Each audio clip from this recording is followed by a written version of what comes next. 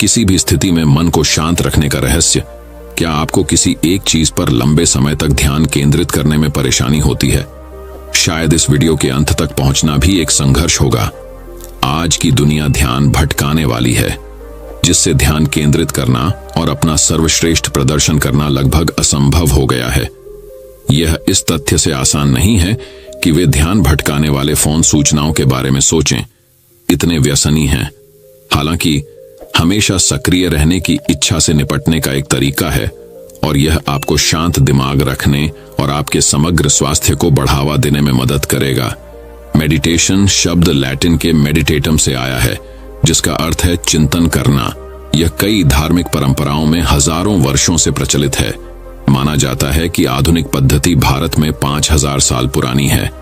Mindfulness meditation एक प्रकार का ध्यान है जिसके लिए किसी धार्मिक या आध्यात्मिक विश्वास की आवश्यकता नहीं होती है।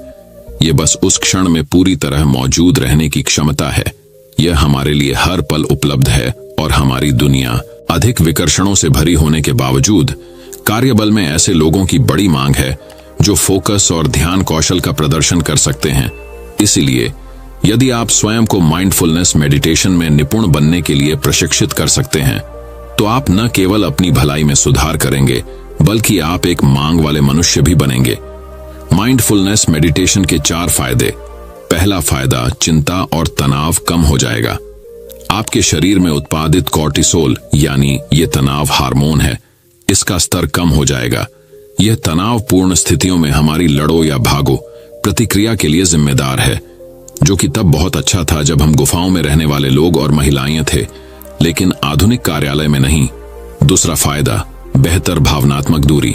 आपके पास निर्णय लेने और तर्क करने की बेहतर समझ होगी, जो आपको अपनी भावनाओं को रास्ते में आने देने के बजाय चीजों को वैसे ही देखने में मदद करेगी जैसी वे वास्तव में हैं।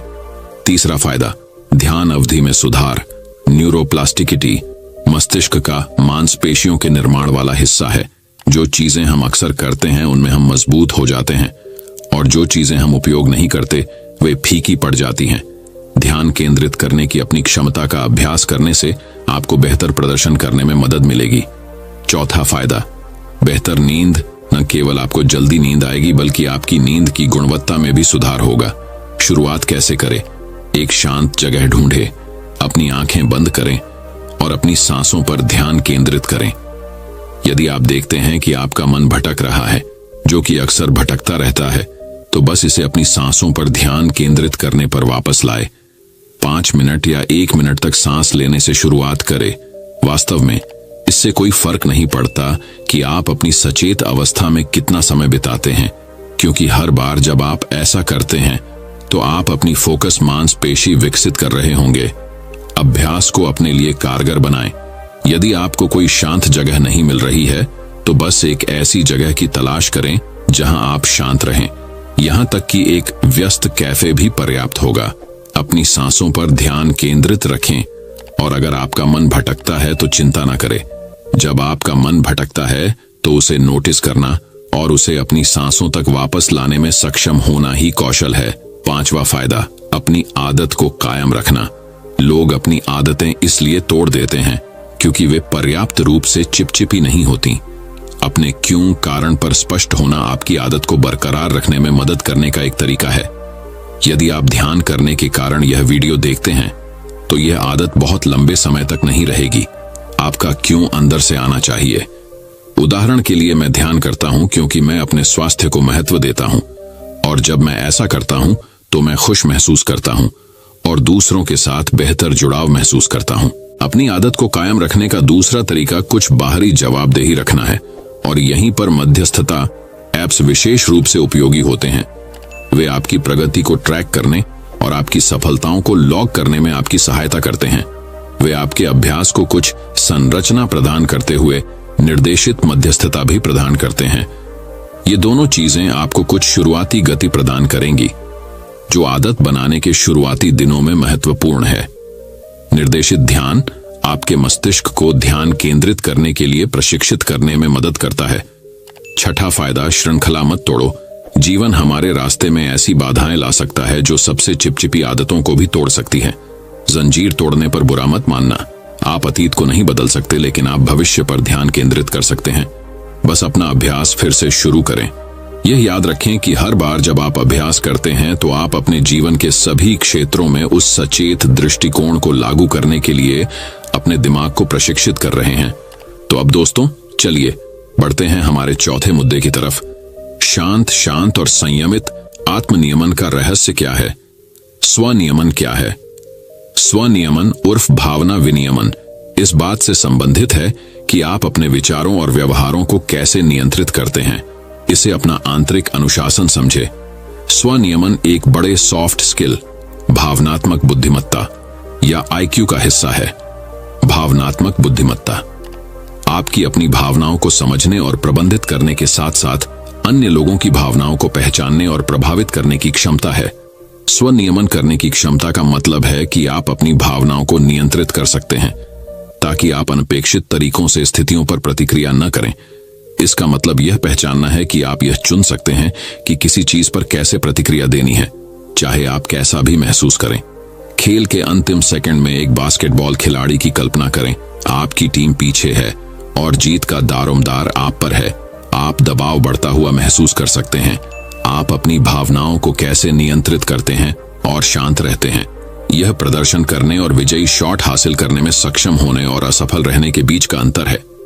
यहां महत्वपूर्ण बात यह है, स्वनियमन का मतलब यह नहीं है कि आपको अपनी भावनाओं के खिलाफ लड़ना चाहिए। यह जानने के बारे में है कि वे क्या हैं, आप उन्हें क्यों अनुभव कर रहे हैं और दबाव में उन्हें कैसे नियंत्रित किया जाए। आत्म जागरूकता आत्मनियमन की ओर ले जाती है। अपना आत्मनियमन बनाने के लिए आपको सबसे पहले अधिक आत्म जागरूक बनने पर ध्यान केंद्रित करने की आवश्यकता है। आत्म जागरूकता स्वयं के प्रति अपने बारे में ईमानदार होने के बारे में है। यह आपके करियर लक्ष्यों तक पहुंचने में मदद करने के लिए एक शक्तिशाली सॉफ्ट स्किल है। आत्म जागरूकता के साथ हम अपनी भावनाओं को बेहतर ढंग से प्रबंधित कर सकते हैं, सहकर्मियों के साथ मजबूत रिश्ते बना सकते हैं, बेहतर नेता बन सकते हैं और भी बहुत कुछ कर सकते हैं।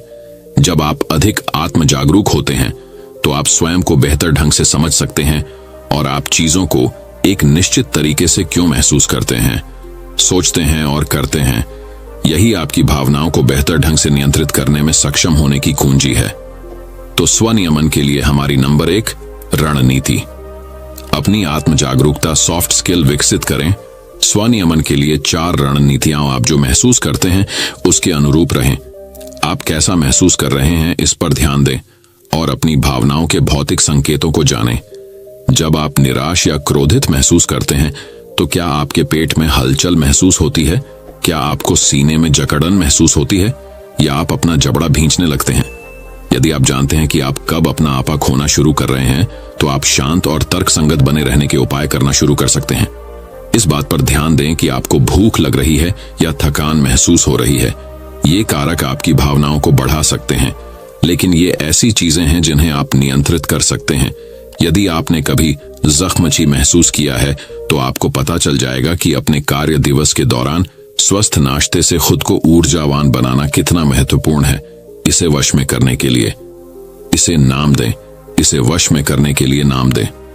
शब्द गढ़ा, दूसरे शब्दों में आप जो महसूस कर रहे हैं उसका वर्णन करना, नाम देना मस्तिष्क के तर्क संगत पक्ष को किक स्टार्ट कर सकता है और आपकी भावनाओं को नियंत्रित कर सकता है। एक बार जब आप भावना का नाम बता दें तो उसका निरीक्षण करें और अपने मस्तिष्क को भावनाओं को संसाधित करने का समय दें।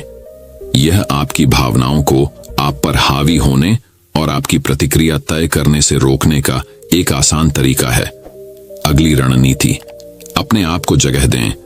स्वनियमन में शीर्ष कौशलों में से एक यह जानना है कि खुद को कब स्थान देना है।